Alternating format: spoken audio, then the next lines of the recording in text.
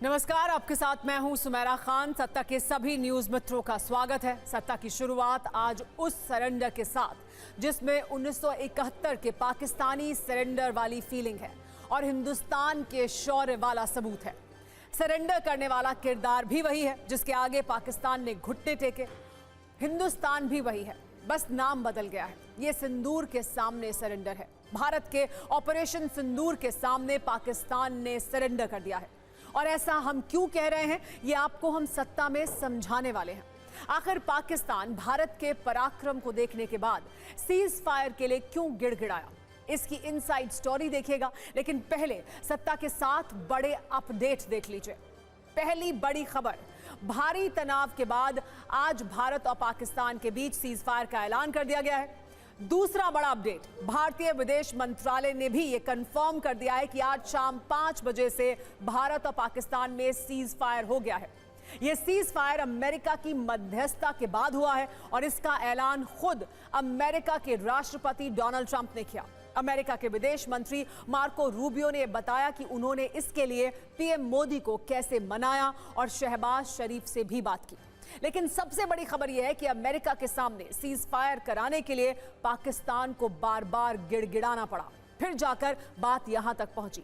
और अब पाकिस्तान के विदेश मंत्री इशाक डार ने यह भी कहा है कि पाकिस्तान तुरंत सीज फायर के लिए तैयार है। हालांकि आज भारत ने पाकिस्तान को एक और बड़ी चेतावनी भी दे दी है। कोई भी आतंकी हमला एक्ट ऑफ वॉर माना जाएगा और आतंकी हमले पर युद्ध की तरह जवाब दिया जाएगा हिंदुस्तान द्वारा। सबसे पहले सुनिए भारत पाकिस्तान के सीज फायर पर विदेश सचिव विक्रम मिस्री ने क्या कहा है। The Director General of Military Operations of Pakistan called the Director General of Military Operations of India at 15:35 hours earlier this afternoon. It was agreed between them that both sides would stop all firing and military action on land and in the air and sea with effect from 1700 hours Indian Standard Time today. Instructions have been given on both sides to give effect to this understanding. The Directors General of Military Operations will talk again on the 12th of May at 1200 hours. आपको बताते हैं कि कैसे Pakistan cease fire के लिए तड़प रहा था और पिछले 48 घंटे में युद्ध विराम के लिए उसने कैसे अमेरिका के सामने हाथ फैलाया। भारत ने पाकिस्तानी सैन्य ठिकानों पर जबरदस्त अटैक किया था। पाकिस्तान के 7 एयरबेस भारत ने तबाह किए थे। सैन्य ठिकानों पर लगातार हमले से पाकिस्तान इस तरह घबराया।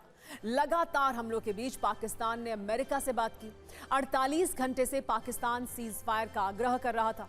अमेरिकी विदेश मंत्री मार्को रूबियो ने पाकिस्तान के सेना प्रमुख आसिम मुनीर को फटकारा भी। अमेरिका के विदेश मंत्री मार्को रूबियो ने फिर विदेश मंत्री एस जयशंकर से बात की। पाकिस्तान के डिप्टी पीएम बोले, भारत से तनाव कम करने को हम तैयार हैं। पाकिस्तानी डीजीएमओ ने भारत के डीजीएमओ से बात की। दोपहर 3:35 पर पाकिस्तान के डीजीएमओ ने युद्ध विराम की पेशकश की। पाकिस्तानी प्रस्ताव पर भारत अपनी शर्तों पर सीज फायर के लिए तैयार हुआ। शाम 5 बजे से दोनों देश सीज फायर पर सहमत हुए। अमेरिका के राष्ट्रपति डोनाल्ड ट्रंप ने सोशल मीडिया पोस्ट पर सीज फायर की जानकारी दी। भारतीय विदेश मंत्रालय ने भी सीज फायर की पुष्टि की। अब सवाल यह है कि झूठ का प्रचार करने वाला पाकिस्तान आखिर युद्ध विराम के लिए क्यों तड़प रहा था। दरअसल कल रात पाकिस्तान ने भारत का रौद्र रूप देखा। भारत ने पाकिस्तान के 7 एयरबेस को तबाह कर दिया, पूरी तरह से बर्बाद किया। पाकिस्तान के चाइनीज एयर डिफेंस सिस्टम तबाह हो गए। वो ना तो भारत के ड्रोन और ना ही मिसाइल अटैक को इंटरसेप्ट कर पा रहे थे। इतना ही नहीं, पाकिस्तान के चाइनीज मिसाइल भारत में अटैक करने में भी नाकाम रहे। इसमें कई ऐसे थे जो लॉन्ग रेंज के थे। पाकिस्तान के तुर्की वाले ड्रोन भी पूरी तरह फेल हुए। हमास स्टाइल का यह अटैक भारत की एयर डिफेंस सिस्टम के सामने गिर गया। भारत ने पाकिस्तान में आतंकी हेडक्वार्टर पर हमला किया जो पहले लॉन्च पैड तक सीमित होता था। पाकिस्तान भारत के एयर डिफेंस सिस्टम को भेद नहीं पाया और भारत का हमला पाकिस्तान से 3 गुना ज्यादा खतरनाक था। यह सब पाकिस्तान के लिए सहना आसान नहीं था, इसीलिए पाकिस्तान ने ऑपरेशन सिंदूर के सामने सरेंडर करना बेहतर समझा। पाकिस्तान आज सीज फायर के लिए यूं ही नहीं गिड़गिड़ाया है, बल्कि 7 एयरबेस बर्बाद होने के बाद पाकिस्तान घुटनों पर आया और इसके कुछ वीडियो सबूत आज सुबह से ही रिलीज होते रहे हैं। हम आपको एक एक कर ये तस्वीरें भी दिखाते हैं। हम आपको पहली तस्वीर रावलपिंडी के नूर खान बेस की दिखा रहे हैं, जहां भारत ने हमला किया। नूर खान सैन्य बेस से जबरदस्त धमाका हुआ। इस धमाके में नूर खान एयरबेस के रनवे को भारी नुकसान हुआ। दूसरी तस्वीर पाकिस्तान के रहीम यार खान एयरबेस की है। इसका हाल देखकर यह समझा जा सकता है कि पाकिस्तान क्यों सीज फायर के लिए तड़प रहा था। भारत के हमले में इस एयरबेस का रनवे पूरी तरह से तबाह हो चुका था।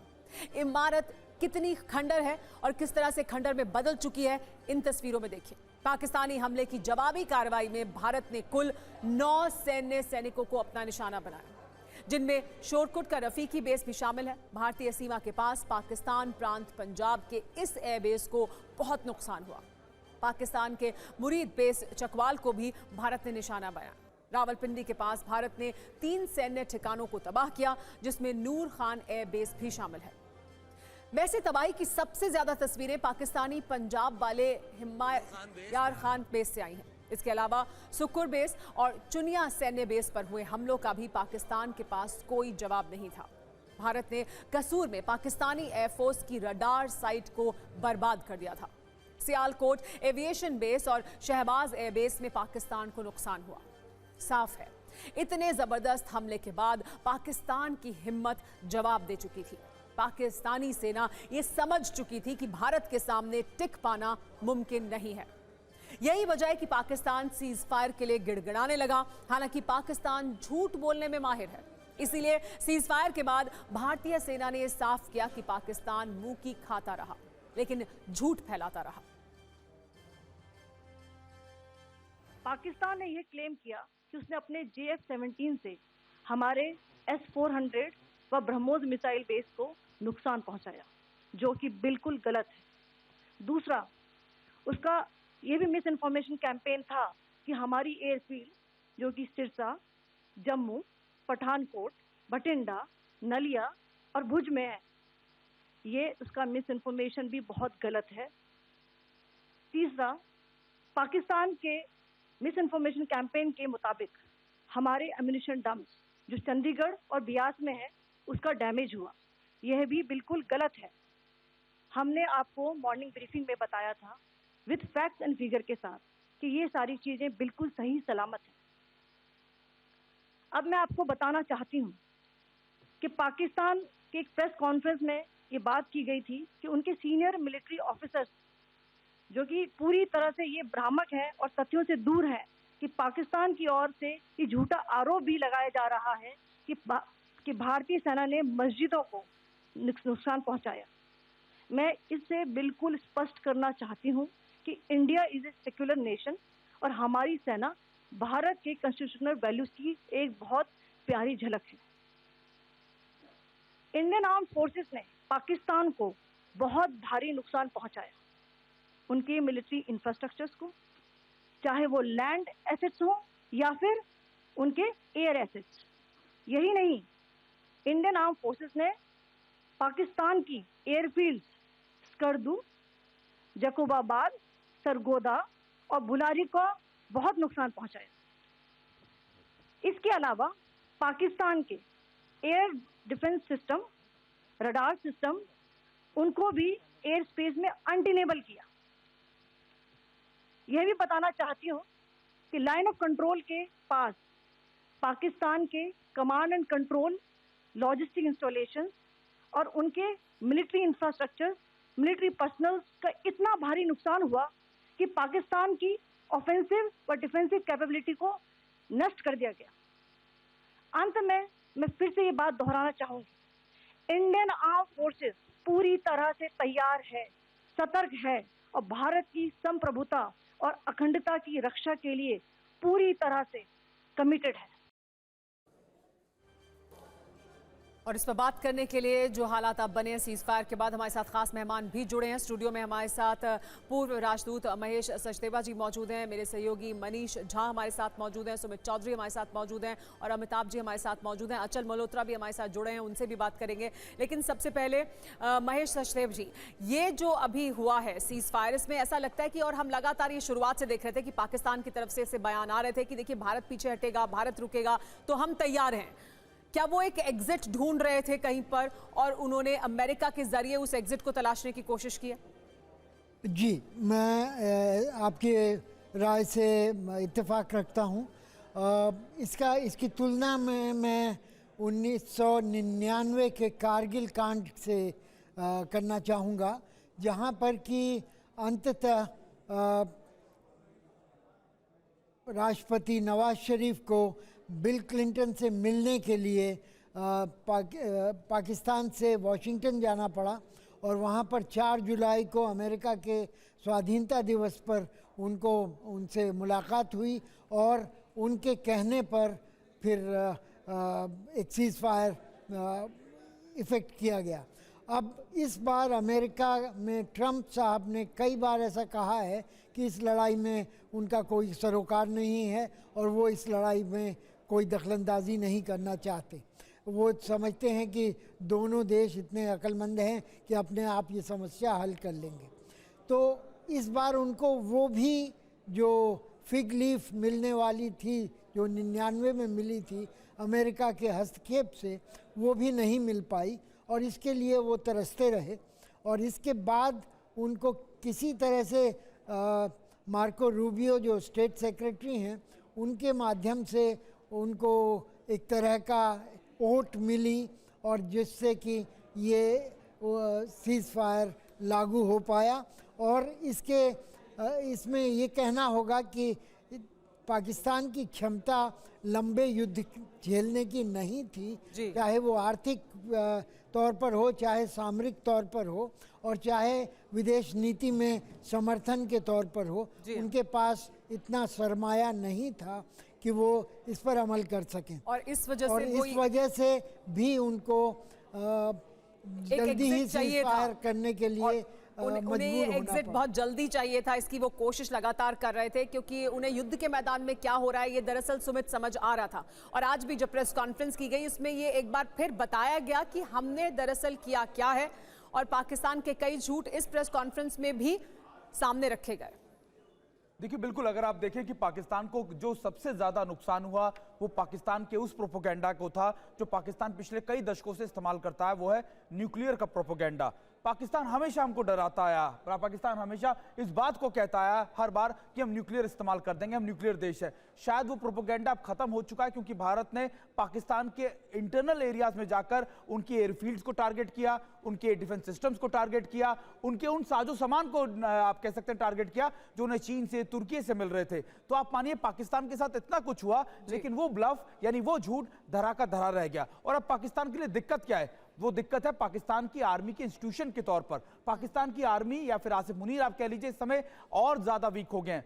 इतना बड़ा आपने पूरे देश को सामने लेकर आए युद्ध के मैदान में, आपने इतनी पोस्टरिंग कर दी लेकिन पाकिस्तान को मिला क्या? सिर्फ और सिर्फ बेइज्जती। और शायद पाकिस्तान के आर्मी चीफ को मुझे लगता है कि बहुत जल्दी या तो उन पर बहुत ज्यादा गाज गिरने वाली है या फिर उनको बहुत मुश्किल होगा अपनी जनता को जस्टिफाई करना कि आखिरकार हम इस बड़े कॉन्फ्लिक्ट में आखिरकार गए तो क्यों गए। जी सुमित, इस पर हम और बात करेंगे, हमारे बाकी मेहमानों से भी इस पर राय लेंगे। लेकिन अमिताभ जी, जिस तरह से ये पूरा मामला हुआ और अभी डेटरेंट की बात कर रहे थे कि हमेशा ये कहा जाता रहा है पाकिस्तान की तरफ से कि देखिए हम भी न्यूक्लियर केपेबल देश हैं। भारत और पाकिस्तान दोनों को लेकर दुनिया में भी बार बार ये कहा जाता है कि देखिए ये दोनों देश न्यूक्लियर आर्म्ड देश हैं, तो बहुत संभल कर, बहुत सोच समझ कर एक दूसरे के साथ जो संबंध है उनको आगे बढ़ाने की या तनाव को बहुत ज़्यादा आगे बढ़ाने से बचने की कोशिश करनी चाहिए। लेकिन क्या अब सबसे बड़ा डेटरेंट, ये जो पूरा ऑपरेशन सिंदूर चला इसके बाद अब सबसे बड़ा डेटरेंट क्या ये है जो भारत की तरफ से कहा गया है कि हम आतंकवाद को एक एक्ट ऑफ वॉर मानेंगे?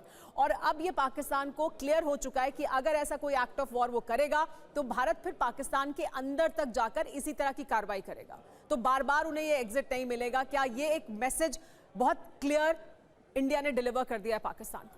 देखिए, ये जो मैसेज है 2016, 2019 और अब 2025 में पाकिस्तान को पूरी तरह मिल गया है पहला कि भारत ये मानता है कि जो भी terrorist activities cross the border आप करते हैं वो पाकिस्तान की एजेंसीज और पाकिस्तान का डीप स्टेट और पाकिस्तान का स्टेट इन्वॉल्व रहता है। तो अब ये ना कहें कि हम इन्वॉल्व नहीं हैं, ये नॉन स्टेट एक्टर्स, जो उनका रेफरेन है।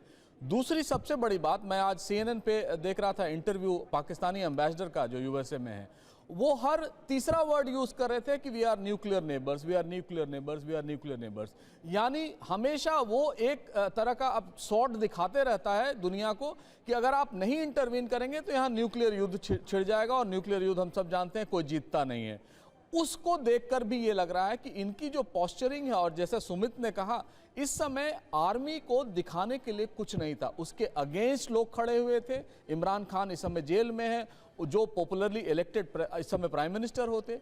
उसके बाद जो वहां दंगा फसाद हुआ आर्मी के खिलाफ, आर्मी इस पोजीशन में नहीं थी कि किसी भी तरह से अपने आप को वहां लेजिटिमाइज करे। वो एक लेजिटिमेसी की कोशिश की थी पहलगाम का अटैक करा के, उनको मुंह की खानी पड़ी, और आज हम उसका नतीजा देख रहे हैं। देखिए, सिर्फ डोनाल्ड ट्रंप के कहने से, मार्को रूबियो के कहने से भारत और पाकिस्तान मानने वाले नहीं थे।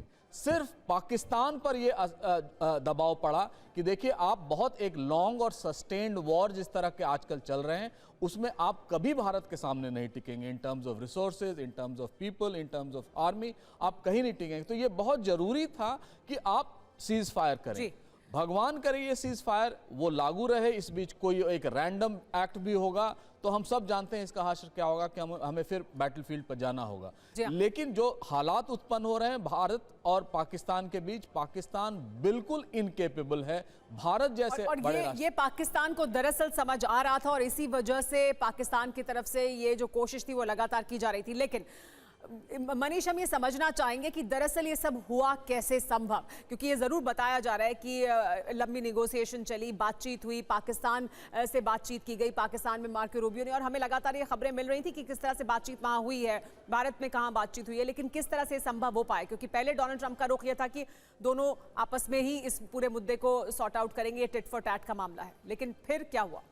देखिए, सबसे पहले तो यही है कि अंत भला तो सब भला। इससे बेहतर और क्या हो सकता है कि अब जो सीमा पर जो लगातार गोलीबारी चल रही थी और तमाम जो मिलिट्री एक्शंस हो रहे थे वो बंद हो गए। इससे बेहतर और कुछ हो भी नहीं सकता था। लेकिन बात यह भी है कि हमारा पर्पस पूरा हो चुका था। 22 अप्रैल को पहलगाम में आतंकी हमला हुआ, उसके खिलाफ हमने ऑपरेशन सिंदूर लॉन्च किया। 100 से अधिक आतंकी हमने मारे, जिसमें से बड़े बड़े टॉप लेवल के आतंकी कमांडर मारे गए थे। उसके बाद फिर पाकिस्तान ने कुछ जुर्रत की, कुछ हिमाकत की, उसका भी हमने करारा जवाब दिया। पाकिस्तान को भारी नुकसान पहुंचा। वो इंडियन आर्मी की तरफ से बताया ही गया कि पाकिस्तान के 4 जो एयरबेस है वो बुरी तरह क्षतिग्रस्त हो गए, उनके एयर डिफेंस सिस्टम खराब हो गए, उनके रडार खराब हो गए, और इसके अलावा सीमा पर भी लॉन्च पैड समेत पाकिस्तान के मिलिट्री पोस्ट को खत्म कर दिया गया। तो इंडिया का पर्पस पूरा हो चुका था। अब एंट्री होती है अमेरिका की। देखिए, अमेरिका की एंट्री ये थी कि अमेरिका का रोल बस यही था कि भारत और पाकिस्तान के बीच कोई बातचीत डायरेक्ट नहीं हो रही थी, तो अमेरिका ने बातचीत को एक तरह से कहे कि मीडिएट इस रूप में किया कि वो एक माध्यम बना बातचीत करने का। बाकी डोनाल्ड ट्रंप बहुत कुछ कह रहे हैं, वो करते कम है, उससे ज़्यादा बोलते हैं, और उनके हिसाब से यही है। लेकिन बिल्कुल प्रोफेसर अमिताभ ने कहा, ऐसा नहीं है कि भारत और पाकिस्तान अमेरिका के कहने से मान जाते, लेकिन हमारा भी पर्पस पूरा हो चुका था। और इस बीच अमेरिका ने दरअसल पाकिस्तान में भी सब लोगों से बात की, पाकिस्तान के प्रधानमंत्री से, आर्मी चीफ से, विदेश मंत्री से, हमारे यहाँ भी उन्होंने विदेश मंत्री से बात की, अमेरिका के उपराष्ट्रपति ने प्रधानमंत्री। तो कुल मिलाकर ये सारा माहौल बना, और उसके बाद जाकर पाकिस्तान की तरफ से वो फोन कॉल आया जिसने दरअसल इस युद्ध विराम को कराया, जो डीजीएमओ का 3:35 पर कॉल आना कि हम सीज फायर के लिए तैयार हैं। लेकिन दरअसल भारत का जो मैसेज था, जो सबसे अहम मैसेज था, जो पहले दिन से भारत की तरफ से कहा जा रहा था, वो ये कि आतंकवाद पर भारत की जीरो टॉलरेंस की पॉलिसी है। और अब एक बार फिर हमने ये साफ कर दिया है कि अब कोई आतंकवादी और घटना होगी तो हम उसे हमेशा एक एक्ट ऑफ वॉर के तौर पर लेंगे। तो ये सबसे ज्यादा बड़ा संदेश था जो भारत की तरफ से दिया गया पाकिस्तान को, और पाकिस्तान को अच्छे से समझा दिया गया। अचल जी, मैं आपके पास आती हूं, उससे पहले बता दें, हम आपको ये बताने जा रहे हैं हमारे न्यूज मित्रों को कि सैन्य लड़ाई में तो भारत ने पाकिस्तान को दौड़ा दौड़ा कर मारा ही, लेकिन इससे पहले भी भारत ने पाकिस्तान के सामने एक ऐसा चक्रव्यूह तैयार किया जिसमें पाकिस्तान के हौसले टूट गए। सच ये है कि इस बार भारत ने पाकिस्तान को हर तरफ से मारा और इसीलिए आतंकिस्तान घुटनों पर गिरा। पहले भारत ने पाकिस्तान का पानी रोका, सिंधु जल संधि खत्म की। पाकिस्तान इस फैसले से बौखला गया, इसकी उसने उम्मीद नहीं की थी। इसके बाद सब तरह के व्यापार को रोक दिया गया, अटारी बॉर्डर बंद कर दिया गया। फिर पहलगाम का बदला लेने के लिए भारत ने ऑपरेशन सिंदूर लॉन्च किया और 100 से ज्यादा आतंकी इसमें मारे गए। इसके बाद जब पाकिस्तान ने भारत पर हमला किया तो भारत ने चुन चुन कर एक एक हमले का जवाब दिया और सैन्य लड़ाई में भी भारी पड़ा। अब जब पाकिस्तान ये समझ गया कि भारत से जीतना नामुमकिन है तो वो अमेरिका के सामने सीज फायर के लिए गिड़गिड़ाया। और अचल जी, यही सबसे बड़ा सवाल है कि दरअसल पाकिस्तान के लिए हर बीतता दिन और मुश्किल पैदा कर रहा था। पाकिस्तान को यहां से एग्जिट चाहिए थी क्योंकि वो भी बहुत एक चेस्ट थंपिंग कर रहे थे कि आप ऐसा करेंगे तो हम जवाब देंगे, लेकिन जवाब देने की जो उनकी कैपेबिलिटीज थी वो कम होती जाती समय के साथ। और इसी वजह से क्या एक कोशिश थी पाकिस्तान की तरफ से कि जल्द से जल्द ये सीज फायर हो पाए? देखिए सुमेरा जी, सबसे पहले तो खुशी की बात है सीज फायर हुआ, क्योंकि मेरी कंसिस्टेंट पोजीशन यही रही है कि हम यहाँ एयर कंडीशन स्टूडियोज या अपने रूम में बैठ के ऑल आउट वॉर को रिकमेंड नहीं कर सकते। दूसरी बात, हमारी सरकार जो है काफ़ी सुलझी हुई मैच्योर सरकार है और वो सब कॉस्ट बेनिफिट एनालिसिस करने के बाद ही फैसला करती है। 12-15 दिन उन्होंने ज़रूर लिए, उसके बाद उन्होंने ऑपरेशन सिंदूर किया और उसके बाद भी जो हमने अप्रोच रखी वो भी बहुत ही कैलकुलेटेड अप्रोच थी। बट अब मैं आता हूँ आपके सवाल के जवाब में। देखिए, हकीकत यह है कि पाकिस्तान को पहले दिन से ये मालूम था कि उसकी भारत के साथ कोई तुलना नहीं है, ना इकोनॉमिक पावर में, ना सैन्य शक्ति में, ना किसी भी तरीके से। अब गलती हो गई, पहलगाम में उन्होंने टेरर अटैक होने दिया। उसके बाद हमारा ऑपरेशन सिंदूर होने के बाद जो उनकी पाकिस्तान की आर्मी की रेपुटेशन को धक्का लगा, जो मुनीर ने इसे पर्सनल उसकी ईगो को झटका लगा, तो उसे अपने डोमेस्टिक ऑडियंस को एड्रेस करने के लिए कुछ ना कुछ तो करना ही था। आज जब उस कुछ ना कुछ करने के चक्कर में उसने जो थोड़े बहुत हमारे ऊपर अटैक किए, वो सिविलियन टारगेट्स भी करने की कोशिश करी, हमारे एयर बेसिस पे किए, और फिर उसने रियलाइज़ किया कि अरे ये भी कुछ काम नहीं कर रहे हैं कि हमारे पास जो भी सैन्य शक्ति जिसके दम पे हम उछल रहे हैं, चाहे वो चाइनीज एयर डिफेंस सिस्टम हो, चाहे वो ड्रोन्स हो तुर्की के, उसके लिए उसे काउंटर करना भारत के लिए शायद बाएं हाथ का खेल है। और फिर उसके साथ साथ ही हमने उनके एयर बेसिस को भी डैमेज किया। कुल मिलाकर उनकी तरफ से बीच बीच में आवाज़ें आ रही थी, उनके विदेश मंत्री ने भी कहा था भारत बंद कर दे तो हम भी बंद कर देंगे। भारत ने भी अप्रोच यही रखी थी कि अभी भी हम अपना right to defend and right to respond ही रखेंगे। राइट टू प्रीएम्प्ट अभी हमने भी उस फेज में नहीं गए। उन्होंने किया तो हमने उसके बदले में जवाब दे दिया। किसी हद तक शायद हमारा भी यही कैलकुलेटेड असेसमेंट थी कि इस लड़ाई को ऑल आउट वॉर में ना बदलने दिया जाए, क्योंकि उसके अल्टीमेटली नुकसान ही नुकसान है, देश के इकोनॉमी के लिए नुकसान है। बट इस बैकग्राउंड में आता है role United States of America का, और इस पे भी सवाल उठते हैं कि अब तक जो हमारी पॉलिसी थी, हमने कहा था कि पाकिस्तान से हम बायलैटरल लेवल पे ही टॉक करेंगे और किसी थर्ड कंट्री की मीडिएशन नहीं देंगे। सवाल ये है कि अमेरिका ने क्या रोल इसमें निभाया। मुझे लगता है कि उनका सबसे इम्पोर्टेंट रोल, हालांकि ट्रंप ने जिस तरह से ट्वीट की, सबसे पहले उन्होंने ट्वीट करी तो पूरा क्रेडिट उन्होंने अपने लिए लेने की कोशिश करी, जो उनका कैरेक्टरिस्टिक है, और वो अपने आप को पीस मेकर प्रोजेक्ट करते आ रहे हैं। लेकिन हकीकत यह है कि मुझे लगता है अमेरिका ने इम्पोर्टेंट रोल प्ले किया, सिर्फ इस हद तक किया कि उन्होंने दोनों तरफ बात करी और एक फैसिलिटेट किया कि जो लास्ट में उन्होंने बात करी थी कि दोनों साइड्स को कम्युनिकेट करना चाहिए। किसको कम्युनिकेट करना चाहिए, पहल किसे करनी चाहिए, यहाँ देखिए हमारा पलड़ा फिर भारी पड़ा, क्योंकि डीजीएमओ पाकिस्तान का फोन आया 3:00 पे और उन्होंने कहा कि भाई रोक देते हैं, और हमने कहा अच्छा ठीक है रोक देते हैं। अब देखना है, एक ट्वीट और आया हुआ है रूबियो की तरफ से, आपने ध्यान दिया होगा, वो क्लेम कर रहे हैं कि अब भारत और पाकिस्तान किसी न्यूट्रल जगह पर वेन्यू पे बातचीत करेंगे। वो देखना है, 12 मई के बाद पता लगेगा।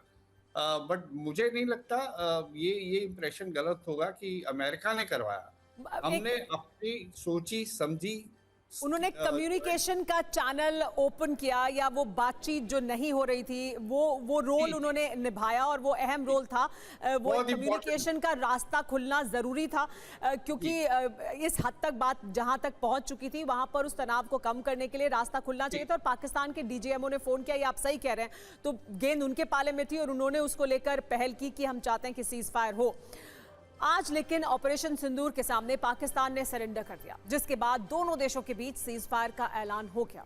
लेकिन इसके साथ भारतीय सेना ने यह भी ऐलान किया कि भविष्य में भी पाकिस्तान की तरफ से कोई दुस्साहस किया गया तो उसका बहुत करारा जवाब दिया जाएगा। The Indian Army, the Indian Navy and the Indian Air Force, we remain fully prepared and ever vigilant and committed to defending the sovereignty and integrity of the motherland. Every misadventure by Pakistan has been met with strength, and every future escalation will invite a decisive response. We remain fully operationally ready to launch whatever operations may be required in defense of the nation. Cease fire तो हो गया, लेकिन समझना यह भी होगा कि क्या क्या बदल जाएगा अब। इस 4 दिन के ऑपरेशन से भारत ने बता दिया कि हर आतंकी हमले को युद्ध की तरह भारत लेगा। यह भी साफ किया कि भारत घुसकर मारने से भी परहेज नहीं करेगा। भारत ने बता दिया कि पाकिस्तान के सैन्य ठिकाने उसके रडार पर हैं। भारत ने यह साफ कर दिया कि पाकिस्तान के चाइनीज हथियार कुछ नहीं कर सकते। भारत ने यह भी बता दिया कि नागरिकों की सुरक्षा के लिए किसी भी हद तक भारत जा सकता है। पाकिस्तान ने आज सिंदूर के सामने जो सरेंडर किया वो नया नहीं है। पहले भी कई बार पाकिस्तान सरेंडर कर चुका है, कभी अमेरिका की मदद से तो कभी अपने देश के 2 टुकड़े कराकर। हम आपको आइए लेकर चलते हैं हमारे दूसरे स्टूडियो में। 1971 का सरेंडर वाला वॉल दिखाते हैं। हम वहां पर लेकर जाएंगे, आपको तस्वीरें दिखाएंगे ताकि एक बार फिर आप 1971 में क्या हुआ था, किस तरह से सरेंडर किया था वो याद करें। और फिर जो आज सीज फायर हुआ है उसमें भी पाकिस्तान की तरफ से लगातार सरेंडर करने की जो गुहार है वो लगाई जा रही थी और आखिरकार गिड़गिड़ाकर पाकिस्तान यहां तक पहुंचा कि पाकिस्तान ने सरेंडर के लिए, सीज फायर करने के लिए डीजीएमओ को फोन किया। डीजीएमओ को फोन करने के बाद भारत के डीजीएमओ भी उसके लिए तैयार हुए। लेकिन देखिए, ये देखना बहुत जरूरी है, इसे भूलना नहीं चाहिए। 1971 का सरेंडर, ये जो वॉल है ये याद दिलाती है पाकिस्तान को और भारत को भारत की जीत की। और ये जो वॉल है, ये जो हमने गैलरी बनाई है, ये 1971 के सरेंडर की वॉल है। देखिए यहाँ पर हस्ताक्षर हो रहे हैं, ये हस्ताक्षर किए गए थे उस समय 1971 में। 4 दिन की सैन्य कार्रवाई के बाद सीज फायर के बीच अब उस तस्वीर को देखने की समय है, ये उस तस्वीर को दिखाने का आपको समय है जिसमें दिखता है कि 1971 में दरअसल क्या हुआ था। और अब यहाँ पर भारत ने जब पहलगाम आतंकी हमले के बाद पाकिस्तान को ये साफ कर दिया कि आतंकवाद को भारत किसी भी सूरत में बर्दाश्त नहीं करेगा। आतंकवाद मतलब भारत के खिलाफ युद्ध, ये साफ कर दिया है भारत ने। जिस तरह का मिलिट्री एक्शन भारत की तरफ से लिया गया पाकिस्तान के खिलाफ, और पाकिस्तान को अब तक ये जरूर समझ आ गया होगा कि पाकिस्तान भारत के सामने किसी भी सूरत में नहीं टिकता है। 1971 की याद ताज़ा है। 1971 के बाद पाकिस्तान बहुत बार ये कह चुका है कि ये एक ऐसी हार थी जिसे पाकिस्तान सामने तो स्वीकार नहीं करता है, लेकिन जाहिर सी बात है जिस तरह की ये हार हुई थी उसके बाद कितने उनके सैनिक भारत के कब्जे में थे जिन्हें भारत ने छोड़ा था। 93,000 सैनिकों को नहीं भूला होगा पाकिस्तान, इस सरेंडर को, इस हस्ताक्षर को नहीं भूला होगा, पाकिस्तान के टुकड़े होने को नहीं भूला होगा।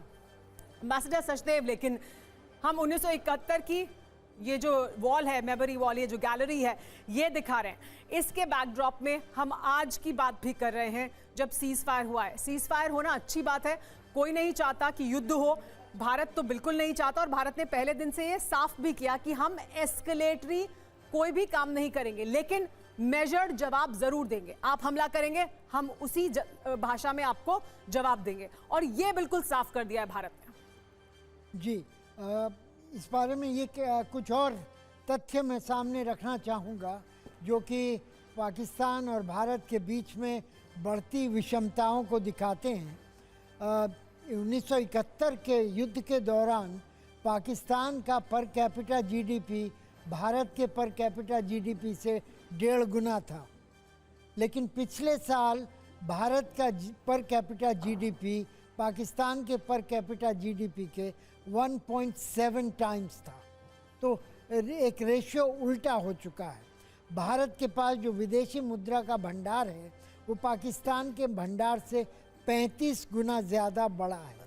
इसी तरह के कई और तथ्य दिए जा सकते हैं जो कि आर्थिक और बाकी तरीकों में से पाकिस्तान की विषमता को दिखाते हैं। सर, लेकिन अब पाकिस्तान के भीतर आपको क्या लगता है क्या कुछ होगा, क्या पॉसिबिलिटीज हैं? उस बारे में मैं ये कहना चाहूँगा, जैसा मैंने कि 1999 के प्रकरण का जिक्र किया, उसमें पाकिस्तान की हार हुई, कारगिल में उनको भारत की शर्तों पर समझौता करना पड़ा।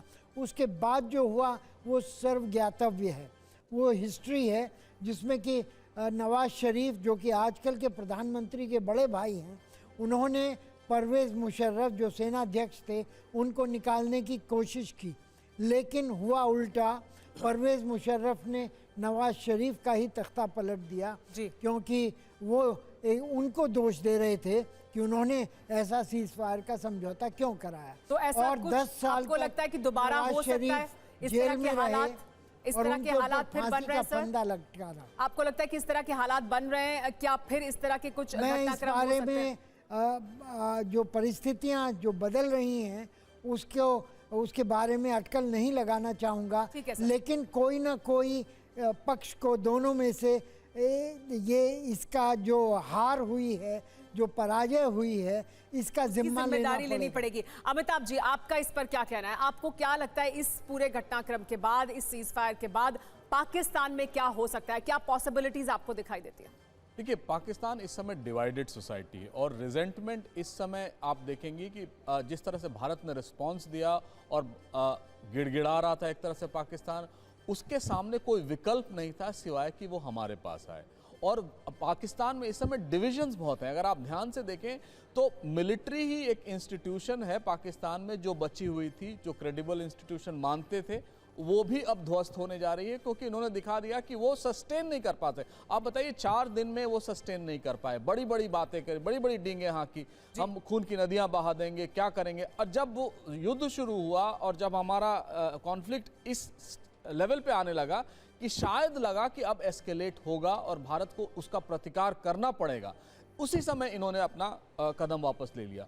और मैं ये भी बता दूं कि जिस तरह के हालात उत्पन्न हो रहे हैं पाकिस्तान में, मुझे लग रहा है बहुत जल्दी जो ये जिहादी जनरल हैं असीम मुनीर, उनको भी हटना पड़ेगा। और आने वाले दिन में अगर पाकिस्तान ऐसी दुस्साहस करता है जैसा पहलगाम में उसने किया है, तो भारत उसका मुंह तोड़ जवाब तो आपके मुताबिक आसिम मुनीर की छुट्टी हो सकती है, हटना पड़ सकता है, उनके खिलाफ जो सेना के भीतर भी आवाजें हैं वो और बुलंद हो सकती हैं। आंचल मल्होत्रा जी, आपके मुताबिक क्या, मैं संक्षेप में सर आपसे जानना चाहूंगी कि क्या आपको लगता है कि इसके रिपरकशंस पाकिस्तान में किस तरह से हो सकते हैं? देखिए, जो अमेरिकन की मध्यस्थता की हम बात कर रहे थे, तो अमेरिकन जानते हैं कि पावर सेंटर कहाँ है। इस पूरी बातचीत, इस पूरे सीज फायर में उन्होंने आसिम मुनीर को इन्वॉल्व किया है, उन्होंने आसिम मुनीर से भी बात की है सिविलियन गवर्नमेंट के अलावा। तो ये सब उसकी सहमति से हुआ है। तो आसिम मुनीर की तरफ से तो मुझे नहीं लगता कि सिविलियन गवर्नमेंट के खिलाफ वो कोई वैसी बात दोहराएगा जो परवेज़ मुशर्रफ ने 99 कारगिल के बाद किया था। ऑलरेडी पावर में है। अब ये इस पूरे एपिसोड से डेफिनेटली एक्सपोज हुई है पाकिस्तान की आर्मी।